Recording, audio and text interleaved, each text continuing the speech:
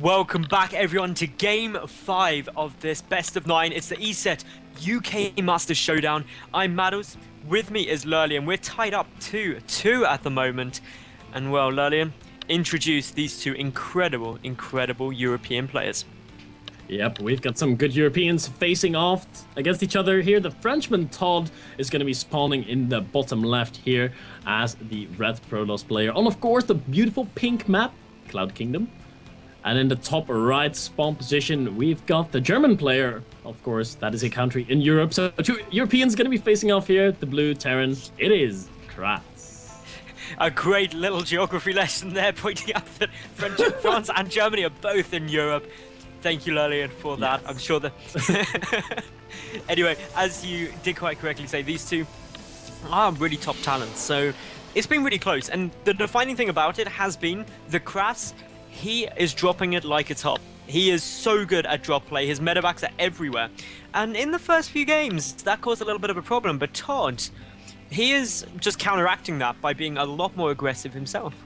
Oh, wow. This is an early scout. Or no, actually, it's not. It's just a normal scout. Never mind me. I was listening so well to what Maddles was saying. Didn't actually notice we're already at the 2-minute mark. So this scout is actually a very normal scout. Very normal timing. Might be able to get in here because this SCV is not quite ready to drop the supply depot. And for the first time in this series, let's hear it. ToD finally gets a worker into the main base of his opponent. So finally, he's going to be able to see what is happening. Exactly what's happening. Yep, he sees that there's no gas and he's like, yes, little probe, you've done your job. Thank you for checking around, make sure there's no other barracks or anything sitting there. But the probe, the poor probe, he's been locked in now. He is going to die eventually. Doing some good harassment though, making use of it as much as he can. This SCV cannot stand up to the probe and SCV has to start running. So some lost mining time, a few weak SCVs. You know, he's trying to make it worth it. I mean, that probe is definitely working. Regenning his shield right now, might be able to get a kill here. Go on, little probe. You can do it, probe. You can do it. No, you can't not anymore. Now there's a marine out. You definitely cannot do it. Sorry, poor probe. He got close though. Could have almost grabbed a kill. I was actually watching a really funny GIF on Reddit that I'm not gonna really be getting into right now, so never mind. Let's go and take a look at what ToD is doing. Well, ToD at the moment, he's got one gas, one gate, one cybercore. And that is just the most standard thing anything, because you can be going for so much stuff off of this. You can get down your Nexus, you could 4-gate should you feel like it.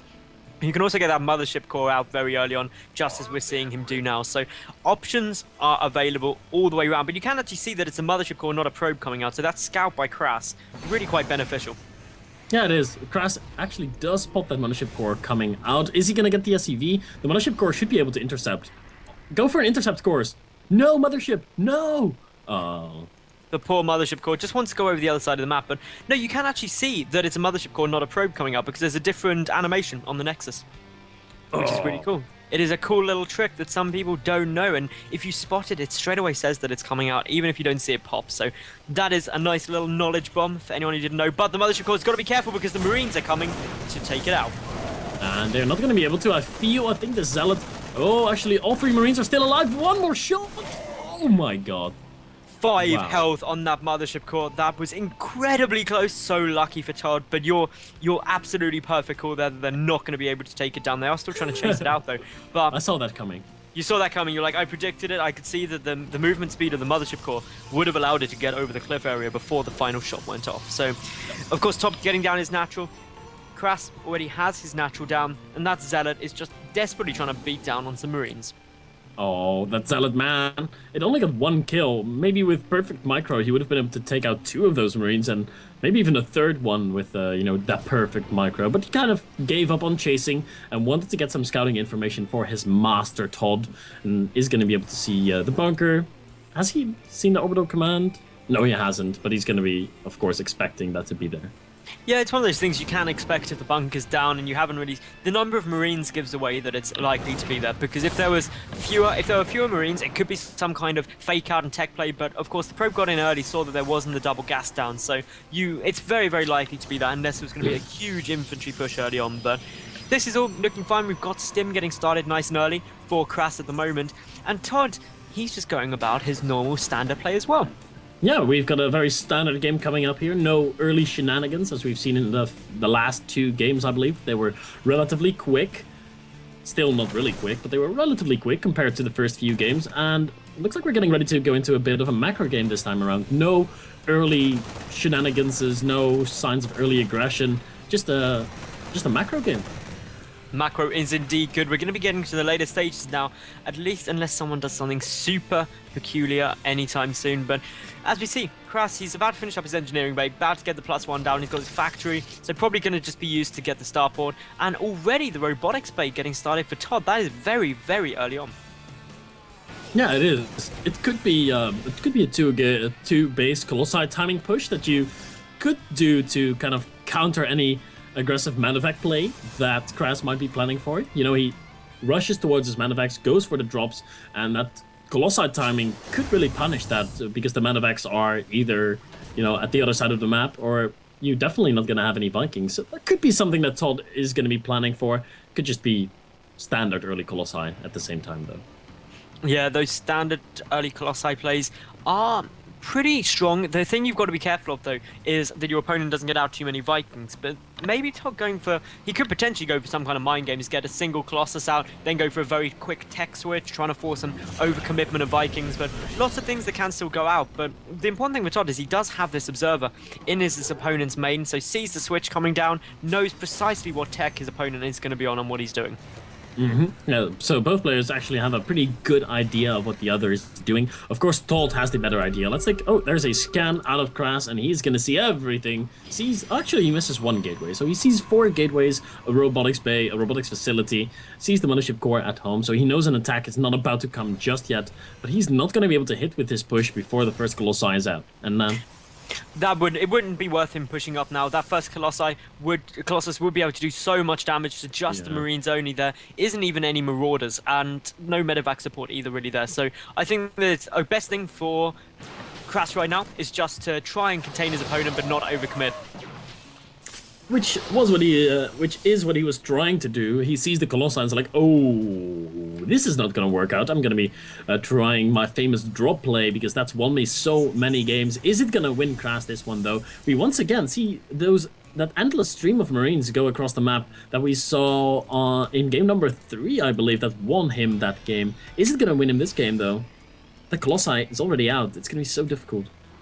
Yep, that Colossi is going to be able, or the 2 Colossi now that are out, going to be able to do some good damage. You've got the 3rd coming down though for KraSS, and he does only have that single starport at the moment, and is only producing medevacs. Sorry to interrupt you there, Maddles. We can hardly hear what you're saying. You're going so robotic there. I'll just sub in for you a little bit as we see that medevac taking down a pylon of ToD. The medevac trying to do some damage, trying to find an angle, and let's see if the iMaddles has cleared up a little. Hopefully I have. Is that all better now? Yeah, all better. Very confusing. Skype does funny things to me, but as we're seeing now, we've got KraSS trying to push up. He's trying to deal a little bit of damage, but of course with the Colossus out, with those good number of Zealots, it's just going to be forced back. Yeah, it's going to be for... Oh, this Observer, beautiful. This drop, sorry, there's a drop coming down in the natural base, getting quite a few probe kills actually for KraSS, and he's pulling out now. He managed to sneak past that single photon cannon, so a good little bit of play and only lost 2 Marines in the process. Yeah, a good bit of damage there. Oh, Colossus, be careful.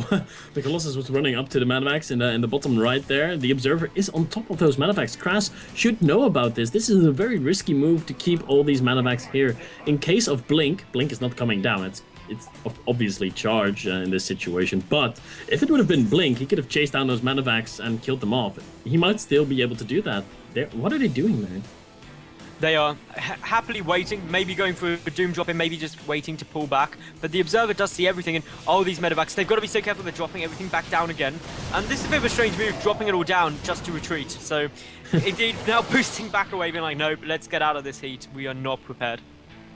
No, they are not prepared. They have no Marauders in their ranks. They have no Vikings in their ranks yet. Talking about Vikings, the first 2, I believe, are about to pop out. Yep, that's the first 2 out on the field, but we now have 2 starports and 2 reactors, so we're going to be able to produce 4 Vikings at a time. So he will be able to get up the required amount of Vikings to deal with this, with the 2 Colossi that are out on the field, who do not have thermal lands, by the way. So this is what you were talking about, Maddles, a bit of a fake.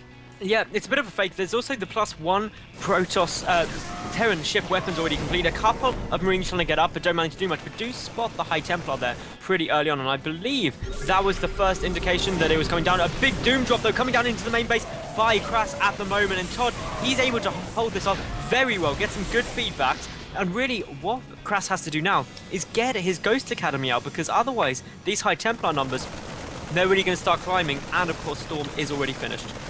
ToD is defending beautifully in this game. This is, of course, a map that doesn't really allow for as much drop play, as much easy drop play. Oh, we're going to see another trap medevac here. Wonder how long that's going to be staying there. We see a Reaper now in production. Huh. That's funny. What do you think of that? That's pretty funky. That's just pretty funky. I'm not quite sure what it's going to be doing, but maybe it's just a Reaper for the fun of it. Just add a Reaper. Or maybe just a misclick, could be. Sometimes happens, just starting up a Reaper instead of a Marauder. Something like that. Anyway, just taking a look at this force. Really, really heavy on the High Templars. No more Colossi coming out, so that means that these 9 Vikings will be able to shred through 2 of them quickly, but after that they're pretty much wasted supply. The Ghost Academy is only just getting started now, and that could be slightly problematic for the blue Terran player. It could be.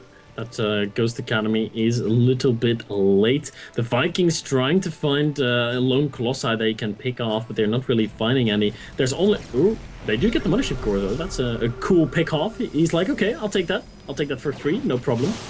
Yeah, no worries with that at all. A Storm does go down trying to catch some of the Vikings, which are very much out of position at the moment. So those Stalkers able to deal some nice damage. Get 1, maybe able to get 2 if they're quick. Not quite, but still, the pressure being applied from all angles at the moment. The factory getting the complete scout out, and KraSS, all he's got to do now is get a decent ghost count up and also start thinking about taking his 4th orbital command.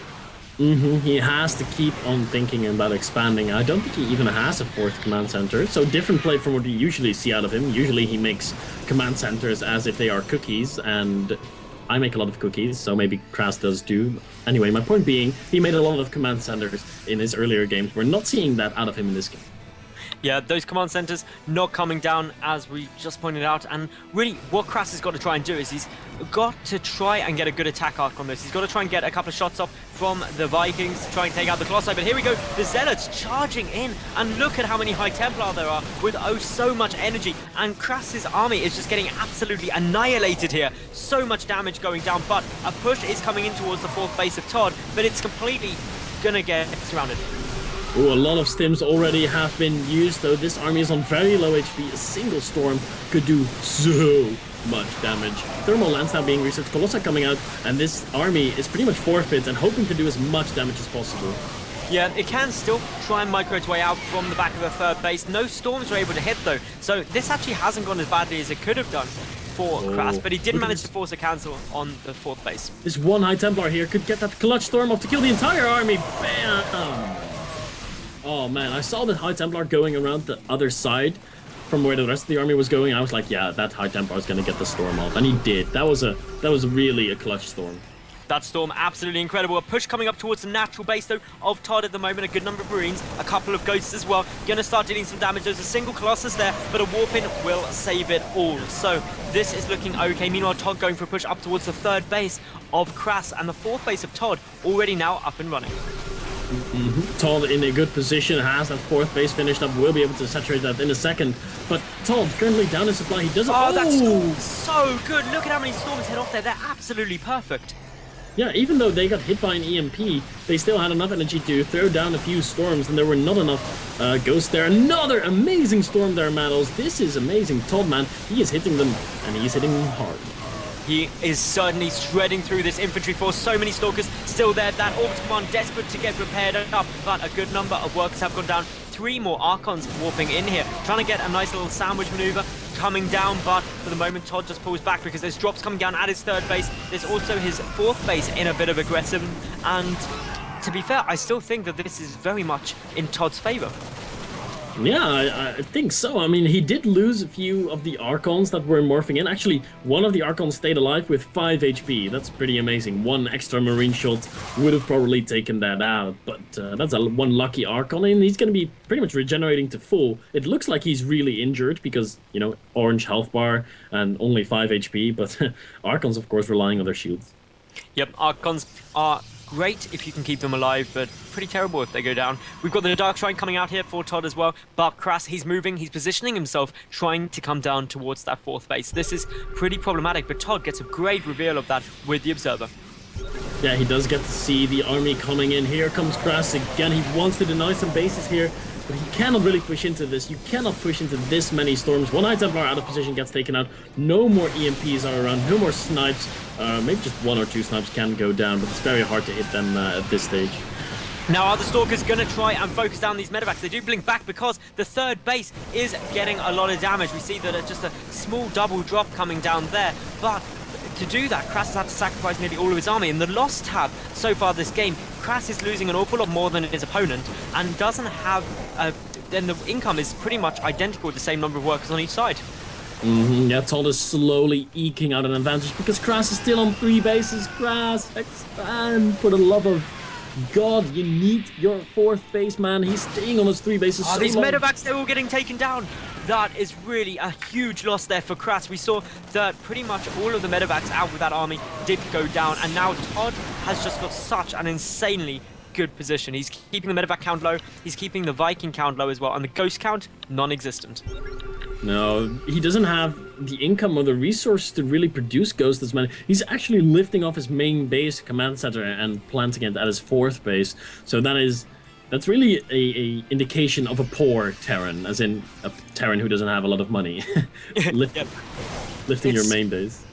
You need to take it everywhere, but now what we're seeing, of course, is the situation where actually we've got KraSS trying to just hurt ToD's economy to stay in this game, and he's pushing down towards the 4th base, but the Colossi dealing some nice damage. Unfortunately, some of the High Templar out of position there get taken down very quickly, but a push up into the natural base as well now from KraSS. His multitasking is so good, and he's going to go straight for that Nexus. Will he be able to get it? Might be able to get him back into that game. He has that additional base now acquired. Cannot really call it the 4th base because he just repositioned his main base. That's not fair. It's his main 2.0. Let's call it that for the rest of the game. So much aggression going down around the map. The 4th base is going to be safe though for ToD. He really had to keep that alive. Losing his natural was bad enough. Has to keep that 4th alive, and he does, so good job there. Ooh, the medevac and all the Marines going to be going down again. The cost efficiency of KraSS is... There's a double drop coming down towards the 3rd base of ToD. Are these gateway units going to be able to get back in time? Only 1 medevac actually drops its units, and that is quite problematic. There's a cannon as well in the main, nearly getting a kill on one of those medevacs there, but the production facilities of ToD are going to start taking a pounding. And they're going to start to take some damage, but there's a Colossus there. Actually, he could lose his Colossus. Ooh, that is a very costly loss. ToD at the same time trying to attack, but there are a lot of Vikings and some bio units to defend there. Finally, the medevac's going to get cleaned up, but he tries to be cost-effective, KraSS, but he just barely doesn't manage to do so. He is down 6,000 resources in the resources lost tab, so lost an awful lot more than ToD has.